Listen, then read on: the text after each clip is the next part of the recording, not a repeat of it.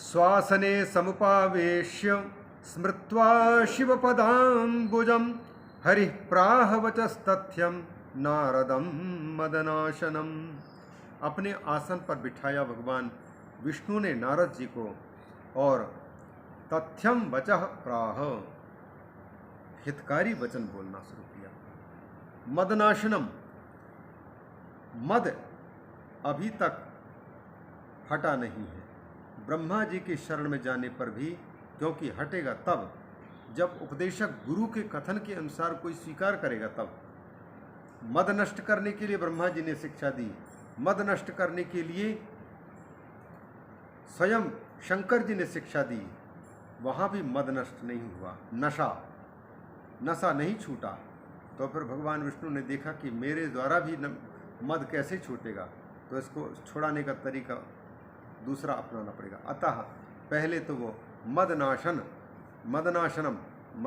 का दूसरा अर्थ, एक अर्थ ये होगा कि मद को नाश करने वाला वचन, और दूसरा मदनाशनम का मतलब होगा मदन को भी खा जाने वाला। मदन माने कामदेव, और कामदेव को निगल जाने वाला। आखिर में नारद जी के चित्त में कामदेव ने ही तो कब्जा जमाया है और आगे चल कर के और विशेष कब्जा जमने वाला है। विशेष कब्जा यह है कि अभी श्रीमती जी विश्व सुंदरी के दर्शन करेंगे, तब तो फिर कामदेव का पक्का पूरा का पूरा घर में ही कब्जा हो जाएगा उनका। तो मदनाशनम का मतलब है मद को नष्ट करने वाले वचन। मदनाशनम माने मदनम अपि अश्नाति, मदन को भी, कामदेव को भी निगल जाए, काम को भी समाप्त कर दे। जगत की इच्छाएं ही, ये चाहिए वो चाहिए, इस प्रकार के जो इच्छाएं उठती हैं, इन इच्छाओं को ही, काम को ही समाप्त कर दे, वो वचन भगवान के होते हैं। तो कहते हैं हरि प्राह वचस तथ्यम नारदम मदनाशनम।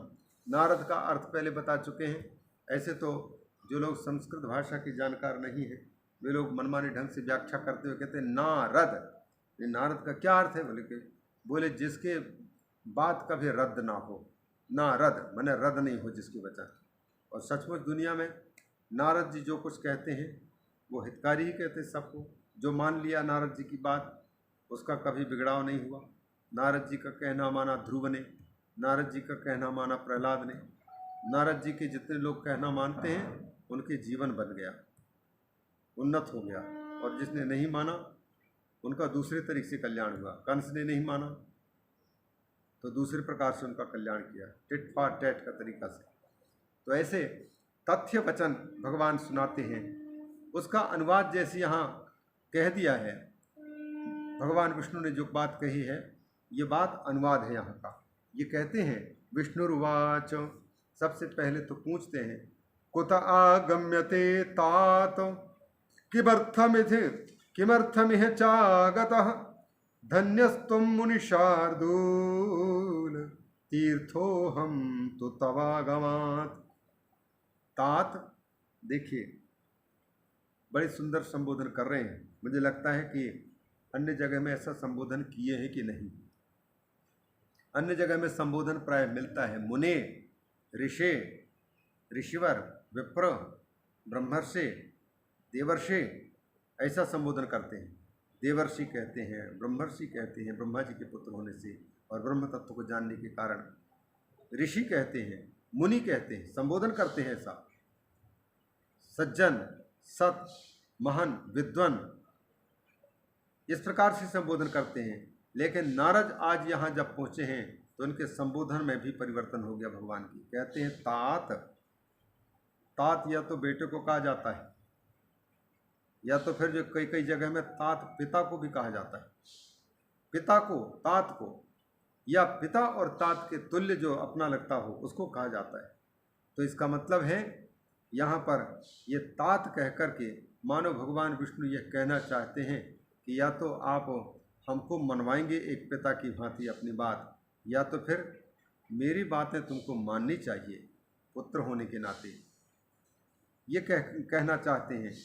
तो पूछते क्या हैं? तात किमर्थम इह आगता, यहाँ अचानक आपका आगमन किस उद्देश्य से हुआ है, क्या मैं जान सकता हूँ?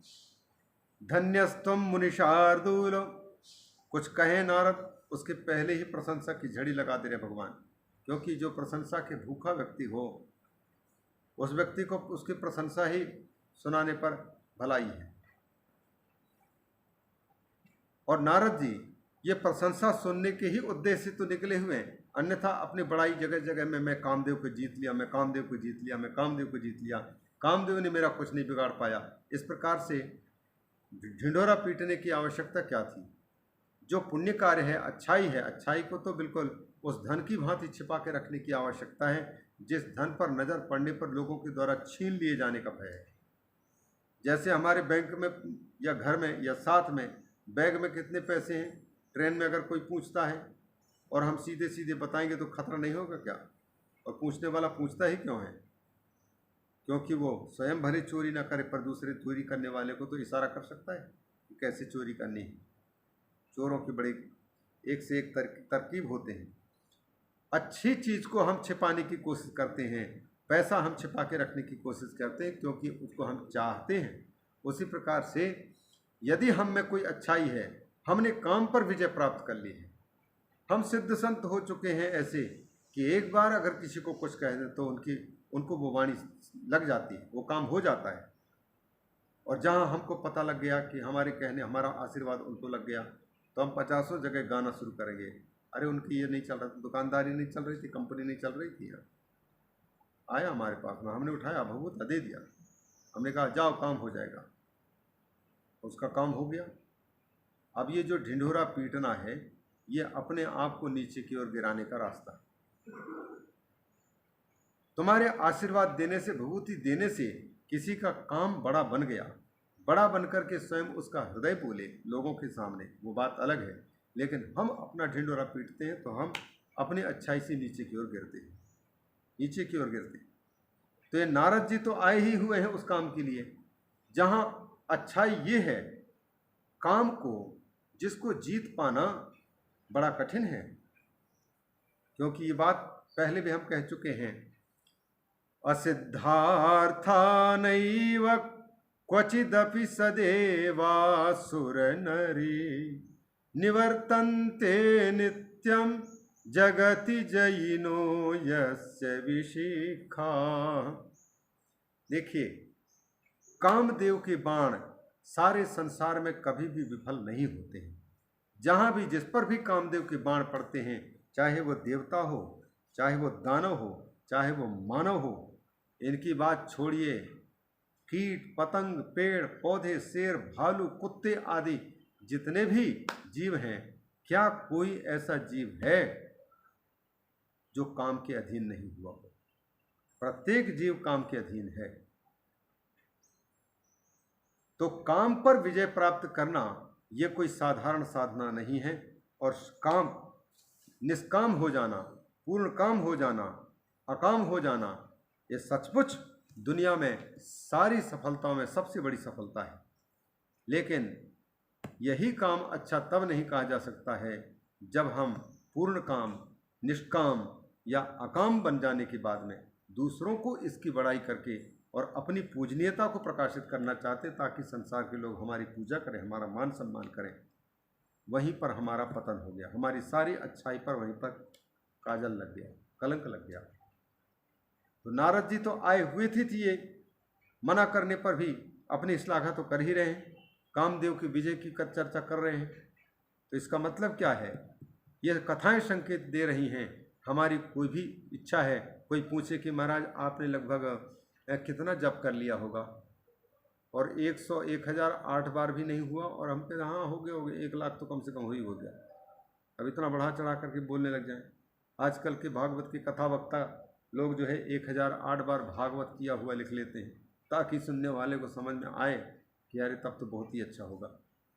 और दुनिया के लोग भी ना समझ हैं, वो लोग सोचते ही इसी स्तर से, झूठ बोलने वाला झूठ बोलता है, वो तो समझते हैं कि सच ही बोल रहा है। अगर वक्ता कहेगा नहीं नहीं हम ऐसे छोटे मोटे कथा नहीं कर रहे हैं, हम इतने से करोगे, उतने में करोगे तब कराएंगे, तो उसी को बड़ा समझ करके इसका मतलब बड़ा है। मैंने दुनिया उल्टी समझती है, उसको कहेंगे अगर उनको बिठाना है तो उसको कहना पड़ेगा उठो, तो वो उल्टा काम करे, बैठने का काम करे। तो वैसे उनको सीधी सीधी बात समझ में नहीं आती, उन्हें टेढ़ी बात को समझ में आती है। तो वैसे ही यहाँ भी कई चीज़ें हैं जो प्रसंग में आती हैं। नारद जी की स्थिति को ये पूछ रहे हैं कि आप कहाँ से आ रहे हैं। ये मुझ पे वापस लाना जरूरी, क्योंकि बहुत ज़्यादा विस्तार हो जाता है। किमर्थम इह चागतः, जानते हैं अंतर्यामी, फिर भी पूछ रहे हैं। और हम लोग जानते भी नहीं हैं, फिर भी कह देते हैं अरे तुम किस लिए आए हो, हम जानते हैं अच्छी तरह से, बताने की जरूरत नहीं, कह देते हैं। पर भगवान अंतर्यामी होते हुए भी भक्त क्या कहना चाहता है, सामने वाला व्यक्ति क्या चाहता है, किस उद्देश्य से आया है, उसको सुनना चाहता है, इसलिए उसको बोलने का अवसर देता है। एक एक चीज मर्यादा की भगवान की देखेंगे, सब जगह में एक एक में रहस्य भरा पड़ा हुआ है। कुत आगम्यते तात किमर्थमिह चागतः, धन्यस्त्वं मुनिशार्दूल तीर्थोहम तु तवागमात्। बड़ी बड़ाई कर रहे हैं भगवान, कहते हैं आप सचमुच धन्य हैं, आप धन्य हैं। दूसरी ओर मेरा यह सौभाग्य है कि आप जैसे तीर्थ रूप संत का दर्शन हमको हुआ है। क्यों? क्योंकि जो संत भजन कर रहा है, तीर्थ यात्रा कर रहा है, तो उनके चरण कमल में तीर्थ की धूल पड़ी है, उनके मुख कमल में भगवान नाम उच्चरित होता रहा है, इस कारण से मुख में वाणी तीर्थ की भांति है। अतः भगवान कहते हैं कि ऐसे संत के आगमन पर आज हम स्वयं तीर्थ बन गए, आपने हमको तीर्थ बना दिया। माने आपके दर्शन से जहाँ पर लोग दुनिया तर जाते हैं, वहीं आपके दर्शन पाकर के हम दूसरों को तारने वाले बन गए। तीर्थो हम तो तवागमात, आपके आने से हम तीर्थ हो गए। मतलब हमारे पास में जो भी आएगा, हमारा जो भी दर्शन करेगा, उसको भी मुक्ति मिल जाएगी, उसके भी ये दुर्गुण चले जाएंगे, उसके भी पाप नष्ट हो जाएंगे। ये सारी की सारी बातें बताते हैं। विष्णुवाक्यमिति श्रुत्वा नारदो गर्वितो मुनि, बता टेक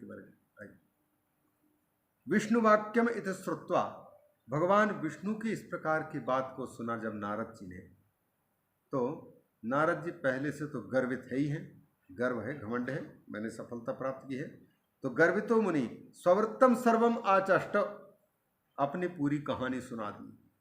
जिस चीज को मना किया था भगवान शंकर ने, वही सब उल्टा काम किया। स्ववृत्तम, ये नारद जी के चरित्र नहीं, बल्कि दुनिया के जो पापी लोग होते हैं, दुष्ट लोग होते हैं, वो किस प्रकार से मना करने पर भी गलत रास्ते पर चलते हैं, इस बात को नारद जी अपने पावन चरित्र के माध्यम से दुनिया को सिखा रहे हैं। नारद जी इनको बिगड़ा हुआ या उनको मद में फंसा हुआ कहना तो हमारे लिए अपराध होगा। वो अच्छे हैं, पर हम लोगों को समझाना है, इसलिए पात्र विशेष को लेकर के उनको माध्यम बना करके गलत रास्ते पर चलने वाले को क्या क्या भटकाव देखने पड़ते हैं, यह शिक्षा देना है। ऐसी शिक्षा देने के लिए व्यक्ति अपने चरित्र को भी जब नाटक में सम्मिलित होता है तो फिर छोटा भी करता है। अब कल परसों बोल